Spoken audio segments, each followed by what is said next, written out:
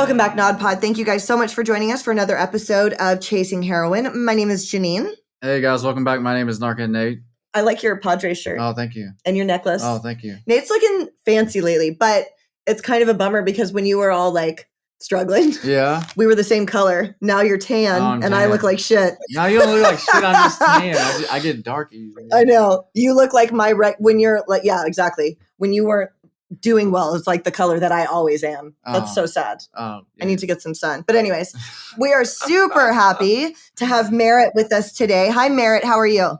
Hey, guys. How are you? Good to see you. Good. Good. And we just went through the fucking ringer getting this guy online. Oh, my God. I'm so sorry that happened. That's okay. It's technology at its finest, you know? It's totally technology at its finest. But anyways, so I'm very excited to have you on the show. We're in a similar network of recovery podcasts. Yes, we are. And I was super happy to connect with you. And I don't know your story, and I'm excited to hear it today. So we're just going to jump right in. Why don't you let us know where you're from and how you got started drinking or using? Okay, so let's see. This September 24th, I'll have 15 years of sobriety. So it's been, an amazing journey. I got sober when I was 54. So, I can say that I tell people that I was comfortably numb for about 30 years. Okay. It was, I was in college. I went to school on a track scholarship, for college. I mean, I'll step a little bit back. My parents were both alcoholics. I grew up in an alcoholic family. My sister and I, my parents in a small, 2-bedroom apartment. So it was very close quarters.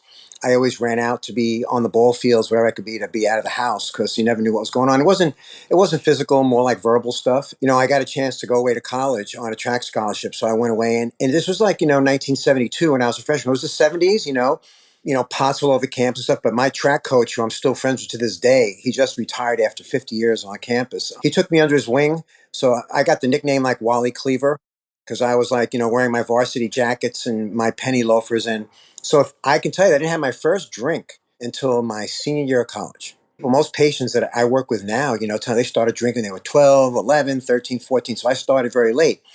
But when I graduated from college, I was like being shot out of a cannon. I came back to New York. This was 1976, and loved music, clubbing, and stuff like that. So it was like we were drinking and drugging, but nobody ever thought it was a problem. You worked hard, you played harder. I was at Studio 54 4 nights a week. I was DJing at clubs. I was out all night. But I always showed up for work the next day. So I can tell you something, guys. This is the strangest thing. I go back to close friends of mine now, and I say to them, "How come you never said to me they had a problem?" And they said, "Because we always had a good time with you." Well, you know what? That's funny. So nobody ever said anything to me all those years. So it was like 30 years of being comfortably numb. And I was just going through the motions, I just did my job. I realize now, looking back, that I always lived my life the way other people expected me to live, right? So I lived my life based on other people's expectations. I lived the life people wanted me to live. So I was kind of miserable on the inside, but on the outside, everything looked good. I got married, and then that first marriage didn't work out. It was just, she came from a very wealthy Long Island family, and I was a Jewish middle-class kid from Queens, one of the boroughs in New York. And so we clashed right away. Her father's idea of a Sunday was like sitting on the boat, smoking cigars, talking about Wall Street. I just wanted to get stoned and watch football, so it didn't work. We got divorced years, and and then what happened was I had a chance to move to Texas, to Houston, to work on a big telecommunications project. Yeah, I realized then that you take yourself wherever you go, right? So I figured I'd move there and things would get better, but it just escalated. More drinking, more partying. But again, everybody else around me was drinking and partying. I didn't think it was a problem, I met this lady at a club. I don't know what happened. 2 months, a month later, we got married. And wait, hold on. Okay, I've got a few questions from the rip, so I want to come back to that. But also, so you went to Studio 54 in the 70s? Oh yeah, I was there like 4 nights a week. All my friends were models and booking agents and stuff. So I was there like at least 4 nights a week, and yeah, it was crazy. Was it like the movies? People just like doing coke and people hanging on the ceilings? Was it like the movies? It was. I mean, I was hanging out with people like Halston and Bianca Jagger, and it was crazy. It was because I spun records at a couple of the clubs in the city. I mean, all my friends I had a lot of gay friends, and I lost a lot of friends because of AIDS. But I wasn't gay, but I didn't care. Okay, so can you tell us, if you remember, at least like one Studio 54 story, like something that happened that somebody would consider that was like crazy, or something you'd see in a movie? Yeah, so let's see, I was there one night, and because my friends were models and stuff, we used to get in the back door. So we'd get into the club before it even started, before people come in. So we were like really getting charged up, drinking, whatever, doing all kinds of crazy stuff. And, I remember one night I was just dancing.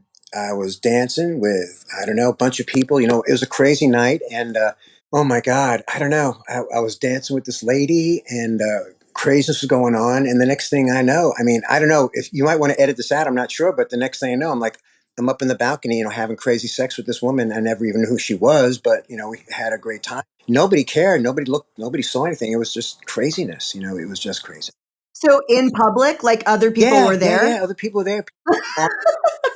We were just like, having sex, like right on this couch in the lounge area, and it was. Oh my God, that's so crazy. And you never spoke to her again or anything? Don't know who she No, was? absolutely not. It's like we were done. It's like I go have a drink. Yeah, I got to go meet my friends, have a nice life, go with God, whatever, have a nice day. Oh, go with God. That's so funny. Oh my God, that's crazy. Because I've met people that went to Studio 4, but later. Because it was there for like a while. So I've met some people that were there in like the 80s and even the 90s when it wasn't so crazy. But Studio 4 during the 70s, isn't that when like Andy Warhol went? Yeah, Andy Warhol he was on the dance floor, Halston, like I said, Bianca Jagger, Liza Minnelli, it was just crazy, and I was lucky because I had connections to get in there. So I was there all the time. Yeah. And it was when Yeah. Bell, and it was in the heyday, I can Yeah. tell you, best New Year's Eve parties, with this big spoon swinging up and down from the ceiling and people just doing drugs. And, it was just, it's the way it was. But I would get out of there 3 or 4 o'clock in the morning, take the subway back home, get a good, get an hour's sleep and back to work the next day. So I never missed work. I somehow was able to, to balance the two. But even all through that, I never thought I had a drug problem. I never did. Okay.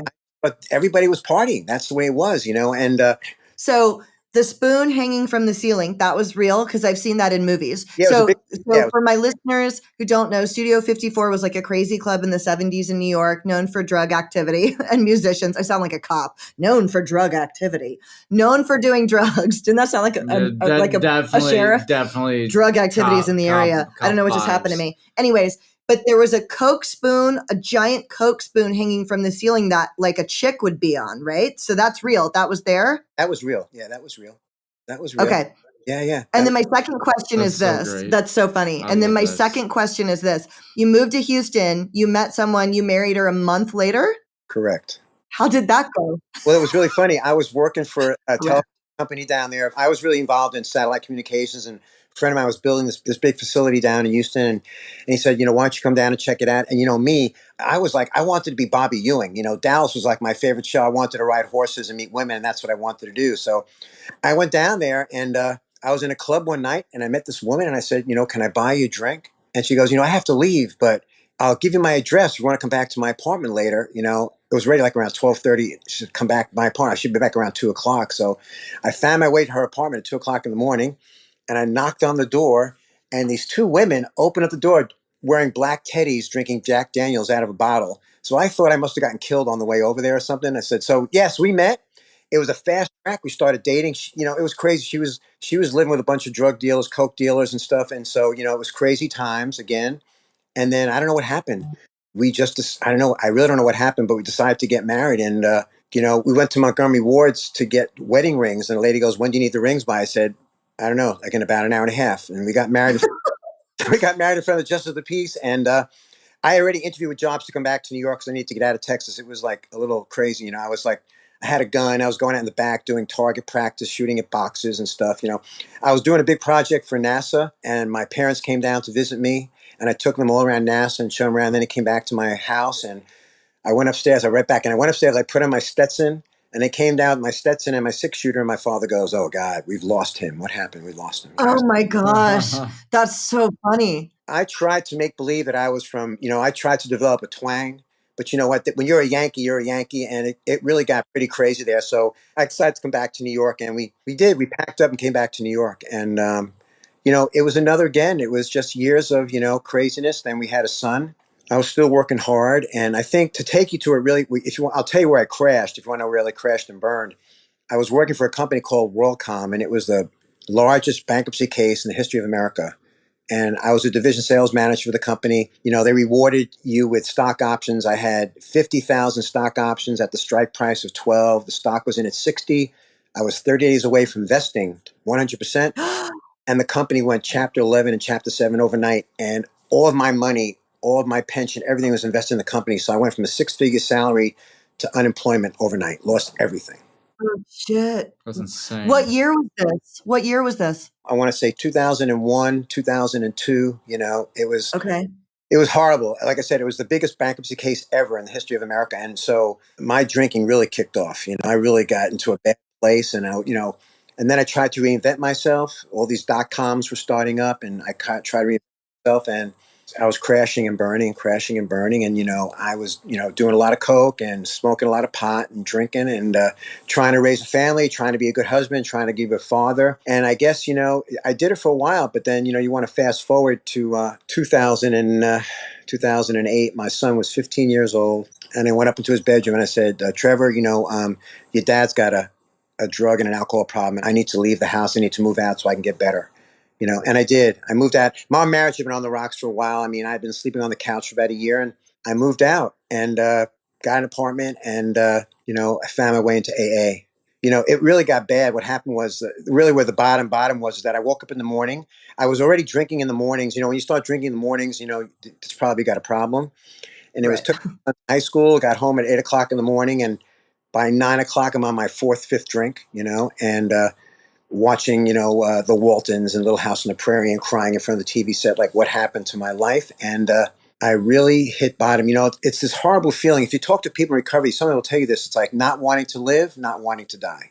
I was caught in this horrible place. And you know what? I wrote up my last will and testament on my email. I sent a copy to my attorney and a copy to my sister, and I was like done. I didn't know what to do. And I just, like I said, God, please help me. I don't know what to do. And I never had a real relationship with God before. I grew up in the Jewish faith, but I always thought God was a punishing God and bad things happened. So this was the first time in my life then that I actually prayed asking for help. And my friend Peter, who's my attorney, we've been friends since the crib, called me up. What the fuck? What's going on? You're sending me this, this last will thing. And I said, you know what? I started crying on the phone. I said, I have an alcohol and a drug problem. I need help. So he said, come and see me. So I got into my car. I drove up to Mamaroneck, which is in Westchester, and I met with him, and we had breakfast, and I hadn't taken care of myself. I was a mess. I hadn't showered in months, and I was just a complete mess. And he said, you know what? It's going to be okay. And I called my doctor up, and I said, I need to come see you. And I drove back to Port Washington, and I went to see my doctor, and I said, I'm an alcoholic. He goes, yeah, I know you are. He says, every time you come to see me for your exams, you think that you can hide the smell. You can chew all the gum you want, but the alcohol is pouring out of your pores. So, so I said, I need help. And I said, well, I'll help you physically, but I said, mentally, I'm all screwed up. And I tried to see a psychiatrist. I couldn't find one that had time to see me. And I went home. I went on my son's computer, and I don't know how I did it, but I Googled AA because I had seen this movie called Clean and Sober with Michael Keaton, which is a classic movie. And it's good. I saw that once somewhere too, and it's like this old school rehab. I guess maybe they used to really be like that, but that's a really good movie. Oh, he's like you. He's like a businessman who's drinking and doing coke. Yeah. And Morgan, like you. I can see why you related to that. Yeah, and Morgan Freeman was his counselor at the time in the movie. So I Googled AA, and I called up the local intergroup, and I said, I need to get to a meeting. They told me where to go. I got into my car and I drove to this meeting, and that was it. I walked through the doors of AA on September 24th, 2008, and never looked back, haven't relapsed. I did what they said. You know what? I was out of work. I was going to probably 5 meetings a day. I got a sponsor. I did step work. I started taking commitments. And then what happened was an old GM that I knew called me up and goes, listen, I need a sales director. You want to come back and work for me? And I said, I need to get back to work.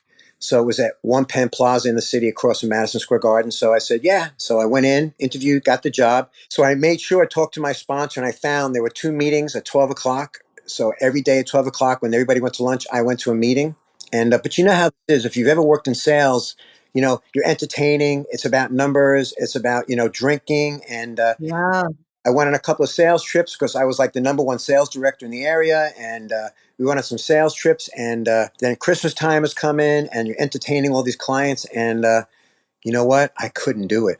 I spoke to my sponsor, and then I called my general manager up, and I went into his office one day. He knew I was in recovery. And I said, listen, man, I can't thank you enough for this, but I can't do this job. I can't be around alcohol. I'm really sorry. So they worked it out so that they fired me so I could collect unemployment. And I sat tight and I just prayed on it for about a week. My son, we had gotten back together. When I first left the house, he felt abandoned. I sent him a text every day. He wouldn't talk to me for like 6 months, but I sent him a text every day. Trevor, I'm your dad. I love you. I'll always be there for you. And then 6 months later, he sends me a text, Dad, what are you doing tomorrow? And that day was Father's Day. He's my best friend. He's been to all of my meetings, has all my coins. I just became a grandfather 4 months ago. So it's amazing. But anyway, so I was hanging tight. And one day Trevor came to me. He was captain of the football team. And he goes, hey, Dad, you got to come and talk to these kids at school because nobody's taking drugs and alcohol seriously. And I said, Trevor, if I come to the school, I coached Little League Baseball in that town for 15 years. All these kids are going to know me. Trevor goes, Dad, you know what? I don't really care. If we can help one kid. I said, all right, Trevor. So I called up, met with the principal of the high school, met with the health teachers, and I started going in every 2 weeks and meeting with all the health classes and talking about my story about alcohol and drugs and mental health. And Trevor would come out of his class and sit right next to me. Oh my And God. kids like deers in the headlight, like I was hearing all these amazing stories, and they started writing letters to the health teachers, and the health teachers sent me the letters. Mr. Hartblay, thank you for coming to talk. I've been smoking pot since I'm 10, or I think my dad's an alcoholic, and my mom, I think's got a problem. And I started working with these kids. I took one kid to an Alateen meeting. I took one mom to an Al-Anon meeting. But the sad part of this whole thing, if you want to know what really happened, was I got shunned by the whole town because all the kids started going home and asking questions to their parents, and the parents didn't want to deal with it. And so I got blamed for opening. And I said, well, fuck it, whatever. I left the town eventually. But one day I was sharing those letters at a 12-step meeting, and a lady came up to me after the meeting, and she goes, you got to do more, man. You got to do more. And I prayed on. I said, yeah, you know what? I need to become a drug counselor. That's what I need to do. So New York State has this program. They consider alcohol and drugs to be a disability. So they pay for me to go back to school. And I went back to Wow. school to become a drug counselor. I was going 4 days a week from 9 to 5. I was interning at an outpatient facility in Long Island, graduated, got the job working full time at this outpatient facility. And I knew exactly where I wanted to be in life. Now, finally, it was like I came out on the other side. And I used to, before I got sober, I used to say, oh, God, give me this, God, give me that, all these foxhole prayers. But when I got sober, I flipped a switch, and then that was, God, what can I do for you? Send me wherever you need me to go to do your work. And so I got this work in this outpatient facility, working 20 hours a week. I got another place to hire me. So I was working 20 hours a week in one place, 20 hours a week in another place. And then the other place offered me a full-time job where I am back today. And I was there for about 2 years, working, helping people get recovery, a strong program, helping a lot of families. But then I said, you know what, someday I want to be a therapist, and I got to go back to school. I got to get a higher credential. So I'm really involved with the university I went to school. As an alumni athlete, I spent a lot of time at the school working with alumni, so I was going up to that school for an alumni meeting, and I found out they had a master's in social work program. So I called up the dean and I said, I'm coming up for a couple of days. Can I talk to you? And I went by the graduate school and I talked to her and I said, this is what I want to do. And she goes, well, come down the hall. She introduced me to the director of admissions, and I talked to him. And he goes, we're not accepting any more applications. This was like around April. We're not accepting any more applications for the fall, but send an application in anyway. So I said, okay. So I sent, and he goes, you know what? I'm going to give you a list of treatment centers in Binghamton, so maybe you can send out your resume. So I went back home, came back to Long Island, filled out the applications. I got recommendations of professors that I knew still at the university, sent out the resume, and then I get a phone call from this lady who was an executive director for a treatment center in Binghamton, and she goes, I need an addiction counselor to come in here. Can you come up for an interview? I said, sure. So 2 days later, I went for the interview. I know I nailed the interview because I knew I could do whatever job was expected, and I did it. And she said, we'll be in touch in a couple of days. Went back home. It's funny when you're lined up in sobriety, and if you have a higher power you believe in, if all things come true, or if you just believe and have faith. So 2 days later, I got accepted to the grad school. And then the next day, I got the job offer. So I went up to Binghamton. I found a place to live. My son was a sophomore at the time. So we were kind of reconnecting a little bit while he was in school and I was in grad school. I was working 40 hours a week, going to school 2 nights a week. This is age 59 now. So now I'm 59, going back to grad school. It's like a 40-year gap year. Went back to grad school, 3.5-year program, worked in a trauma hospital for a year, worked in a high school for a year, graduated with honors, came back to Long Island, and and that's what I've been doing for the last, since I graduated in 2016. I got very involved with mental health, and so now I work for an outpatient facility, and I do that full time. I've got some side work that I'm doing on the side. And, so while I was in grad school, I decided that I needed to write a book. I needed to tell my story. So it took 5 years to write the book. The book came out in 2020. It was released on my birthday. It's called Lost Innocence, My Journey from Addiction to Recovery. Became a #1 new release bestseller. And then my publisher is also my producer. And Jess says, I said, Jess, because she has a YouTube channel called Drinks with Jess. And I said, I really want to do a podcast. So we put it together. And now I had my 100th episode about 3 weeks ago. And you know what? I just feel like my life is just starting out. I mean, this is crazy. So I've run 6 New York City marathons. I go to the gym 3 days a week. I love the work that I do. I'm going to be 69 in August, but I feel like my life is just starting out. So I hope I didn't go on too much. I hope I didn't wind and wind and wind, but No. But I do have some questions, but that's amazing. But I've got some questions. I want to back up a little bit. Yeah, of course. So, and I love the idea that you feel like your life is starting at 69. Yeah. Because like a lot of people feel like at 30 that they've already fucked everything off. You know what I mean? Yeah, life's over. Yeah, exactly. So like that's such a beautiful thing to hear. But I want to ask you this. So you didn't go to rehab or detox. You just started going to meetings. I just started, it was the day that I prayed to God. The obsession was lifted. I never had a craving or an urge from that day. And that was almost 15 years ago. And I just went to AA and I was going to, like I said, about 4 or 5 meetings a day. I knew that's where I needed to be. And that's what I did. Right. So you also mentioned, you threw this in, which we know in 12-step, we're supposed to do or whatever, but not a lot of people mention it just off the cuff. You took commitments early on. Yeah, I did. For me, taking a commitment this time in sobriety, I think was really what was different for me because I was always a 12-step person. I was just in and out, in and out, in and out. And people have asked me before, like, what was different this one time? And I took commitments. And so I know like the value of that. Will you talk about what you think the value of taking a commitment in 12-step is? Yeah, it's so much about self-esteem because, when you first get sober, Right. self-esteem is in the crapper, man. It's like I had to look up to hit the curb. And so when I first got sober, I worked as a greeter, helping set up the chairs, make the coffee. But then when I had like 90 days, and I was able to get a commitment, they gave me the keys to this church, and it was my job was to open up the church and get the milk and make the coffee and set up the chairs.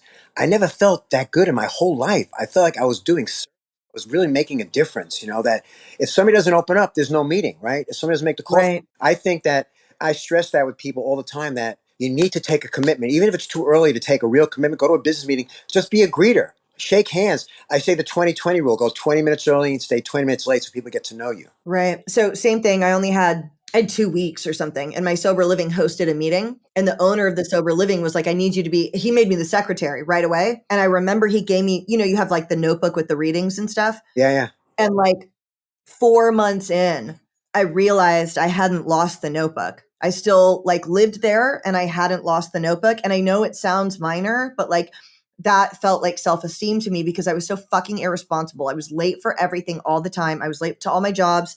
I lost everything all the time and still just even having that notebook. And I think that, and I don't even talk about it as much as I should probably on the show, but like getting a commitment early on for self-esteem is huge. And then you also, so you chose to put your recovery in front of that sales job. That had to have been hard as a father, as a provider who had lost a job.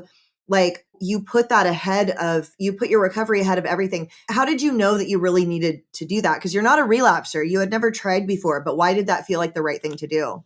Because one of the things that I learned when I started doing step work with my sponsor was that I had to turn fear into faith. My whole life was so fear-based. It was fear of everything. And then I realized that I hadn't gotten sober by myself, and I realized that God for me, it was very personal for me that now God was really, had always been watching out for me because I look back over the course of my life, so many times when things happen, something worse could have happened. I should have been killed. I should have been dead so many times. And, after doing all that cocaine and your heart blowing, pumping out of you. So I realized that now I had to have faith that God, for me, didn't bring me this far to throw me under the bus now. So I had to just have full faith that if I listened to my heart, intuitively know what to do, that everything was going to work out. I love that. I did that early on too. And sometimes I forget. I had a commitment. That secretary commitment was Monday nights. And I'd gotten a new job and they wanted me to teach a class on Monday night. And it was so fucking hard as a broke ass with no car to say. And it's the first time in my whole life I'd ever done this. I would have just taken the job normally, but I had that commitment on Monday nights. And I, for the first time, it sounds so cliche when they say like anything you put in front of your recovery, you're going to lose. I know it sounds so cliche, but I was so desperate and scared this time that I was like, I have to do this. And I was right, like, because I had never made those like types of choices before, Yeah. It's a funny story. So anyway, so I got this commitment to open up for this church and set up and everything, right? So one day I'm in the back of the room and the meeting's going on. The guy that's running the meeting, I said, this guy looks so familiar to me. Who is this guy? And then I remembered who he was. And after the meeting, I went up to him and I said, hey, Rocky, I think I know you. He goes, yeah, you know me. Years and years earlier, he had been my drug dealer. Oh, shit. You know, he had been our cocaine dealer.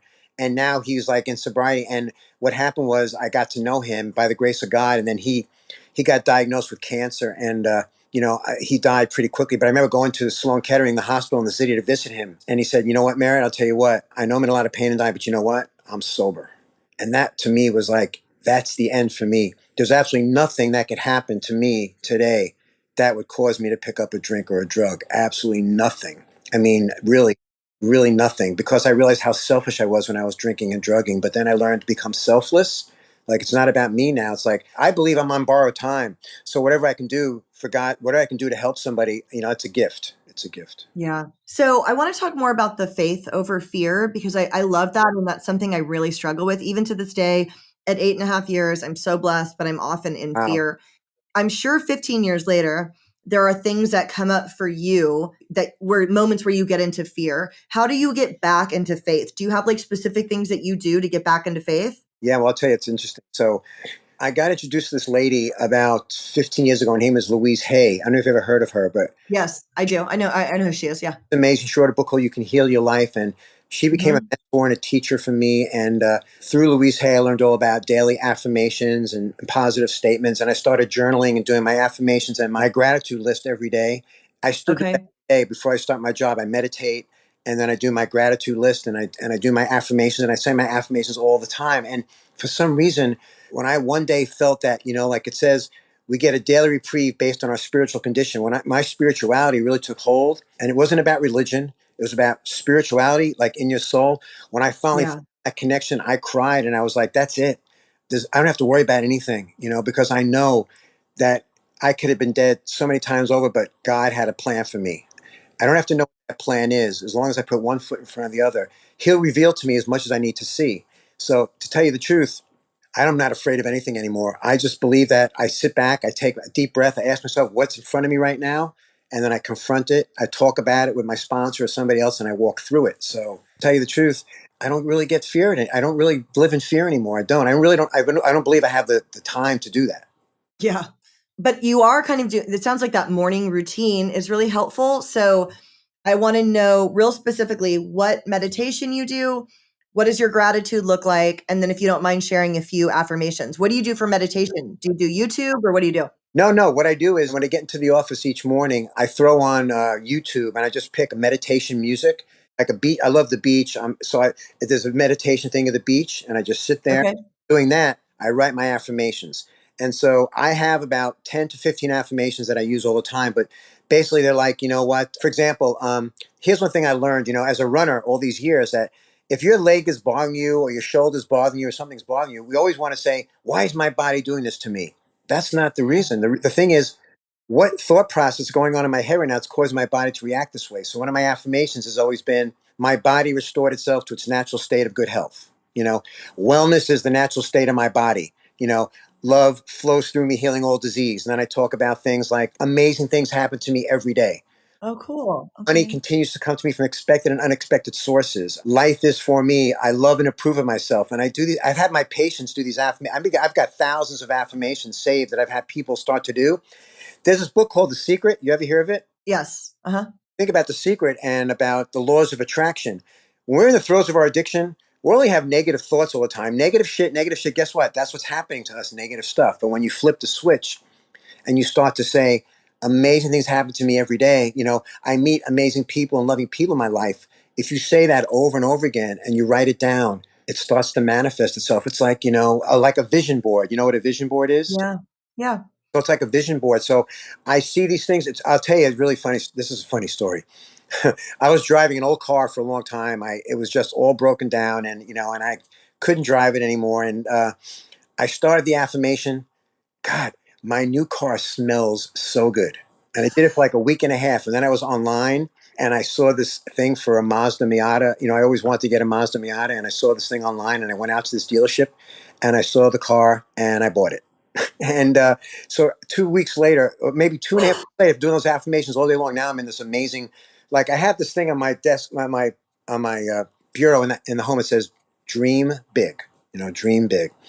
So I believe these, and I've seen these affirmations come through in my life. I was a big runner. I was a college runner. I've run marathons, and I took a spill one day and my leg started bothering me. I put some icy hot on it, and it was still bothering me. And I went to the trainer at the university, and he sent me to this orthopedic guy. So I went to this orthopedic guy, and when you go to an orthopedic guy, they're not going to talk about, the only thing they're going to talk about is surgery. And he Right. took pictures of my leg, and he goes, you know what? You have a spur on your hip. You can never run again. I said, you can't tell me I'm never going to run again? He says, the best thing you can hope for is hip replacement. I got into my car and I cried for about 20 minutes, and I channeled Louise Hay, and I started thinking about it. I said, you know what? Screw this. I found a physical therapy place. I was going to physical therapy 3 days a week. And then I went to the university and I started working with an aquatic instructor, and I started working. And you know what? 2 months later, I was running a marathon again. I went back to the doctor for a checkup, and he goes, does it hurt here? Does it hurt there? I said, no. Because, doctors, they don't make money from dead patients or well patients. They make money from chronically ill patients. So if you go to a doctor, they're going to want to operate. So I saw it work on myself, that if you change, like Louise Hay says, if you change the way you think, you can change your whole life. It's just a matter of flipping the switch. That's so cool. And I know all that stuff and I hear all that stuff. And Nate and I interview people that say these things.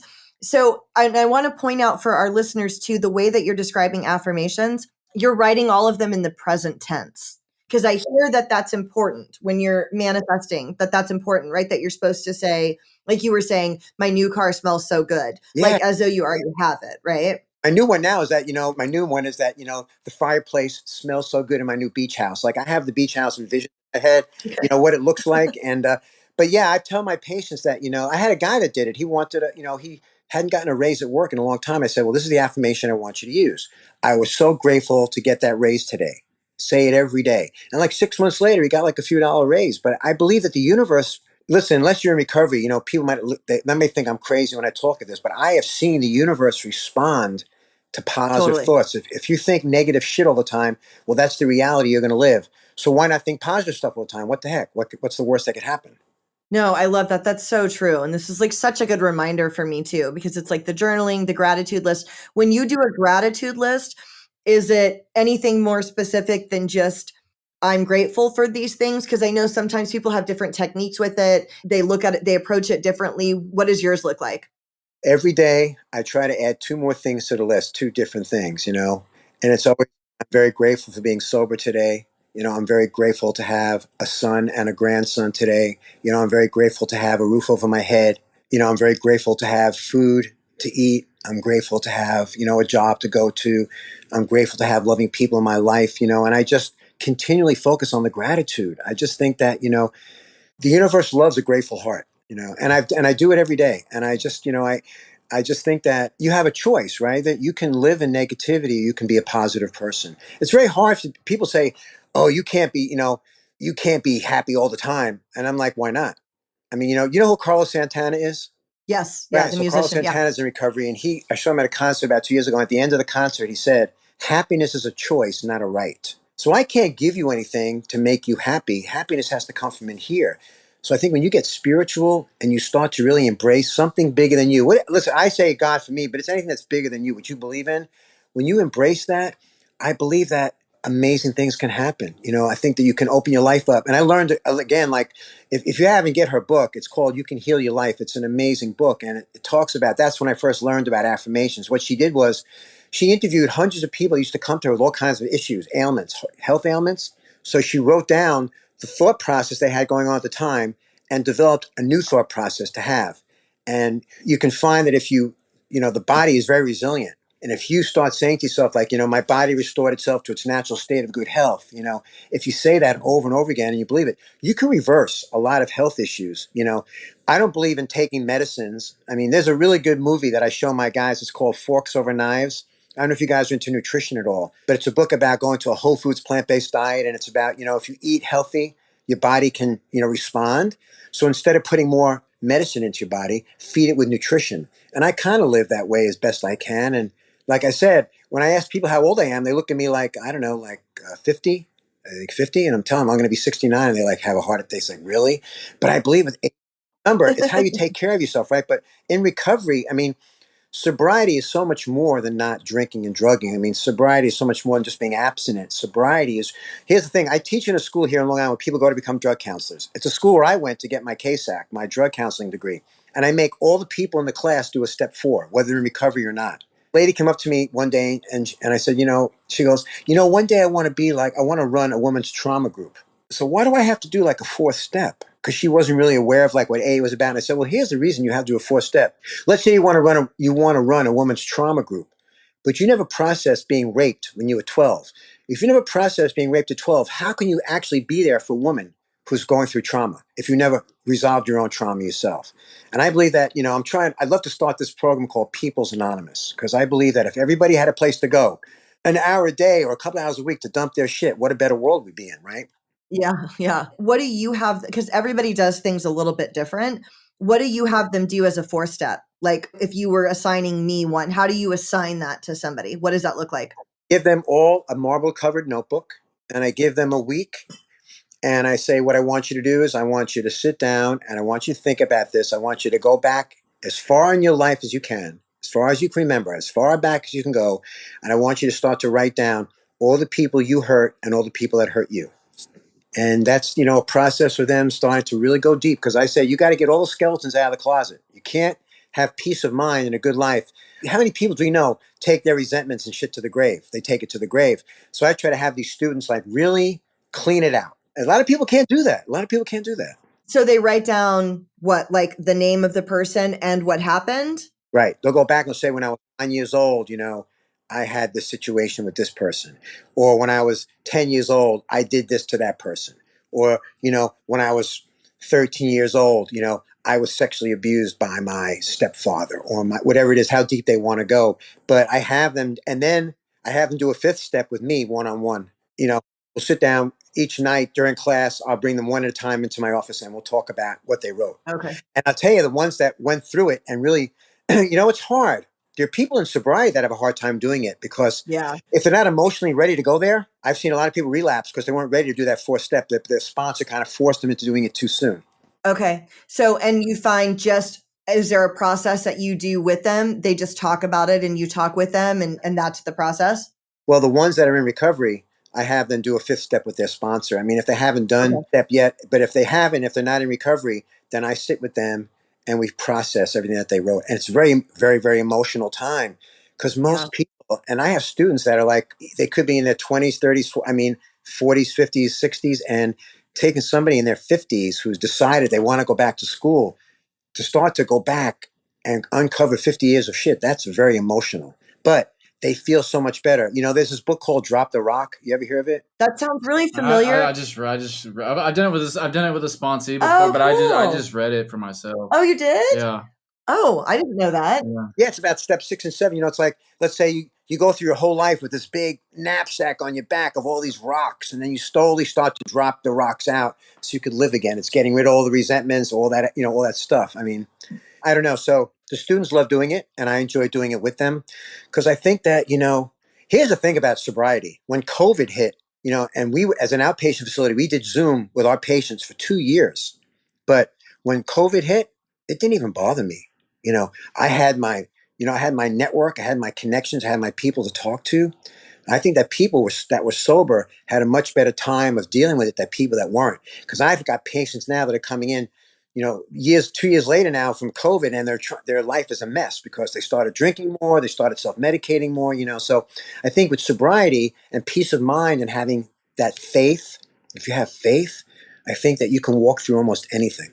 So you recently have gotten like a lot healthier again. Mm-hmm. Nate and I were talking about this off air. We might have him do an episode about this in coming weeks, but was Drop the Rock part of that? Yeah. How did that help you? Yeah. So, I mean, essentially, you know, you just talk about, like Merrit said, like we have all this baggage, right? And we think it serves us because we're afraid of losing the identity that we believe we have. Okay. And so we hang on to it. But in reality, it's drowning us. And the depiction in the book is like this lady falls in the water. She's trying to catch the boat. And they're like, drop the rock, drop the rock. But she doesn't want to give it up. Okay. And so it talks about like how pretty much how our defects of character, like how we think they serve us, and they actually don't. And then it goes through stories and processes and that. But for me, the thing that I've never heard, like I've heard "fake it till you make it"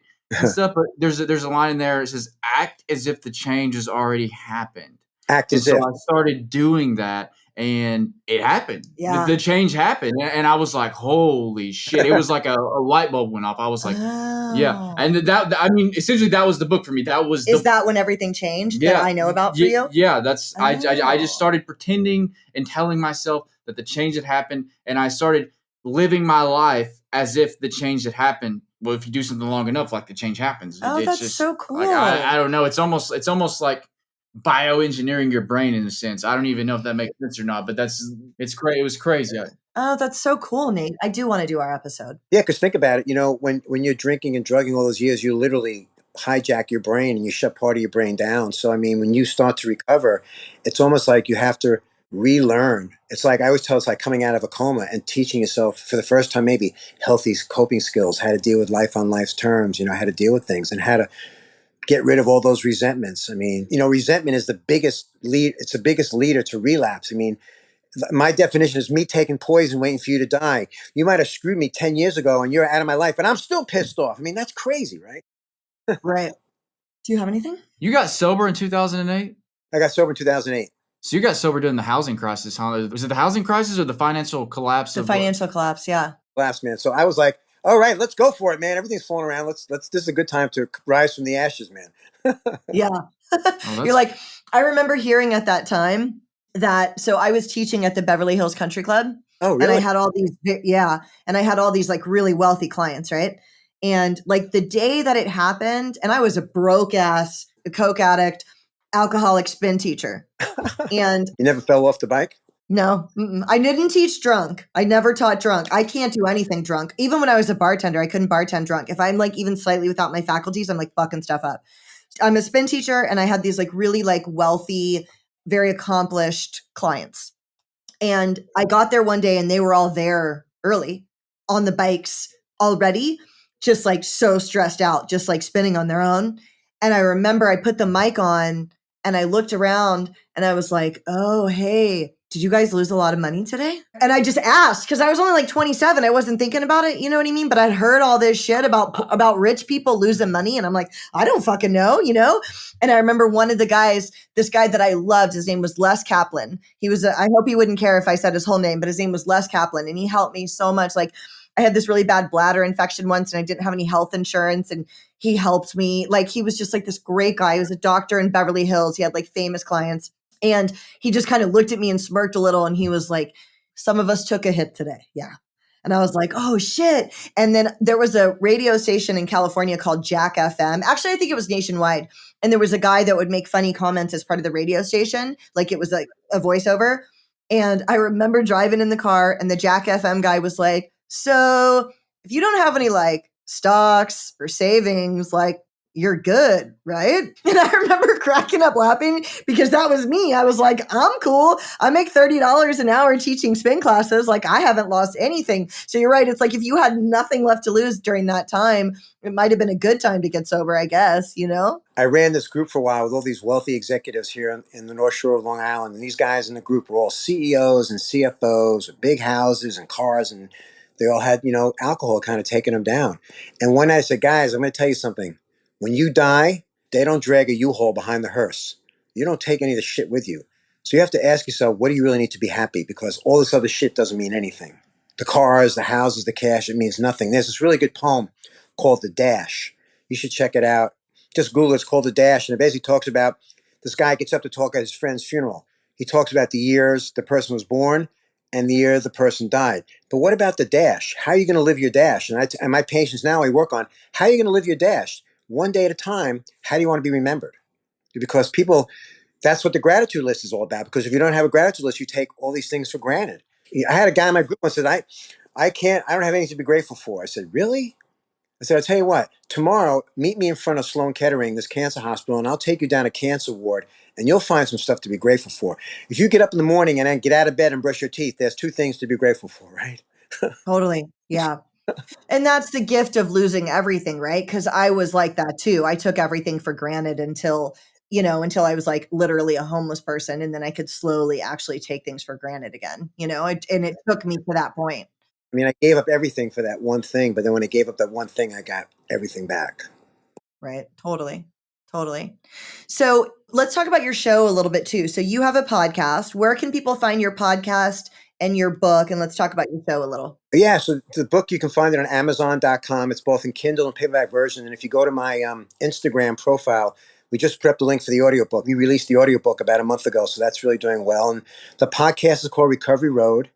Comes out every Monday on all podcast platforms, iHeart, Spotify, Apple, wherever podcast platform you use. And new shows come out every Monday. And yeah, I'm loving it. You know, what happened was about 2 years ago, I was really early into my podcast. And you guys are familiar with this whole fentanyl crisis, right?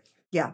I got introduced to a couple of moms who had lost their kids to fentanyl. And I had them come on my podcast and we talked about it. And it was horrible. I mean, this one mom, her son was 13 years old and he was home on Snapchat, bought a Percocet and died. And, so I decided that something came over me and I said, I have to dedicate myself to this. So I went on social media and I said, I'm going to dedicate my podcast for the next year or so to families who want to come on and tell their story.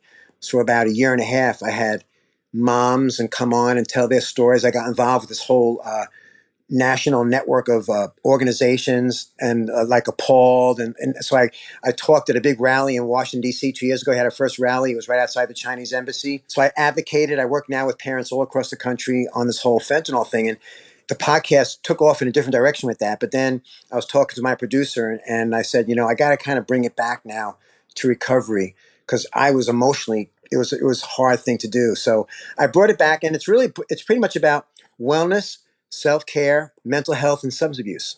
So I've had all kinds of people come on, doctors and people, and just talk about recovery, talk about nutrition, self-care, wellness. In fact, we'll have to exchange information. I'd love to have you guys on, have you guys come on recovery. Totally. Yeah. Hit the switch and you can talk about your stuff. I would love to. And you should definitely have Nate on. He knows a lot about fentanyl and some of like the optics of it and a different way to look at it. He actually probably would have a different view than some of what you've heard. You should definitely get Nate on. That'd be cool. Yeah. I'd love to do that. So yeah, and I'm in the middle of my second book. When I came back to New York after I graduated grad school, I wanted to learn more about mental health. So I went to work for a mental health agency here in New York. And all the patients were mandated by the courts. Either they had been in hospitals many times and been on medication for many, many years. And I started working with them and I started really seeing where the system was broken, going to a lot of psych hospitals in New York and Long Island, these patients who are not getting any help and just kind of being fallen through the cracks. And I learned an awful lot. So my second book now, I'm going to dive more into like mental health because as bad as substance abuse is, mental health is worse. It's worse. I mean, yeah. It's because of that stigma. People want to talk about it. There's this really good movie called The Anonymous People. Did you ever hear of it? Have you heard of it? Oh yeah, I have. I don't know that I've watched it, but I've definitely so it's all about breaking stigma, and the whole thing is that, when Bill and Bob started AA, the whole thing was about anonymity, right? But I believe that now somebody who's got long-term recovery, they have an obligation to stand up and say, you know what? Now I don't say my name is Merrit and I'm a recovering alcoholic. I say my name is Merrit. I'm a person in long-term recovery, which means that I haven't had a drink or a drug in 15 years. And I think think about this, if the gay people hadn't spoken up about what was going on, then there would have never been an AIDS revolution, right? And if women with breast cancer had never spoken up to women, the Susan Komen Foundation. So I think people have an obligation. It's spreading across the country now that people need to speak up about being in recovery, that it works. Because unless we do that, the stigma will keep shaming people not to ask for help. I totally agree with that because, like, obviously you're a 12-step guy. I'm a 12-step person. And I know we're breaking anonymity as outlined in the traditions, but I'm with you. I'm like, I don't care. And like somebody once wrote me this long email and was like, what, God forbid someone thinks you're the face of AA. And I was like, okay, I but wish they would. people aren't, well, for one thing, I'm sober, right? Yeah, sure. But like also like if the woman that lives next door to you posts a picture on her Peloton because she hit her 100 rides, no one is going to look at that and be like, oh, she must work for Peloton. No one's going to think that. They're going to think that she is using the Peloton bike to make her life better and think, oh, if she can do it, maybe I could lose weight too, or whatever. You know what I mean? It's like, come on, there's a difference between, like, Robert Downey Jr. talks about going to 12 step. No one thinks he represents What AA. about No one. Danny Trejo, everybody. Yeah, exactly. Yeah. Eminem talks about going to 12 step. Yeah. You know, I mean, and if you look at Facebook now, there's a lot of groups all popping up now in recovery. People, right. and I think people need to understand that, sober is the new high. Yeah. Yeah. I agree with that. I totally agree with that. Yeah, it's great. So where can everybody find you if they want to connect with you? You can find me on Facebook, on Instagram, on Twitter, on LinkedIn. I always tell people you can get to me there if you want me to. If you have questions, you want to talk more, reach out to me that way. Again, you can go on Amazon.com and get Lost Innocence, the book, and the audiobook is on. You can go to Instagram to my profile page. It has a link to the audiobook. And I'm out there. I'm trying to help as many people as I can. I can't thank you guys enough for this opportunity. It's been great to meet you.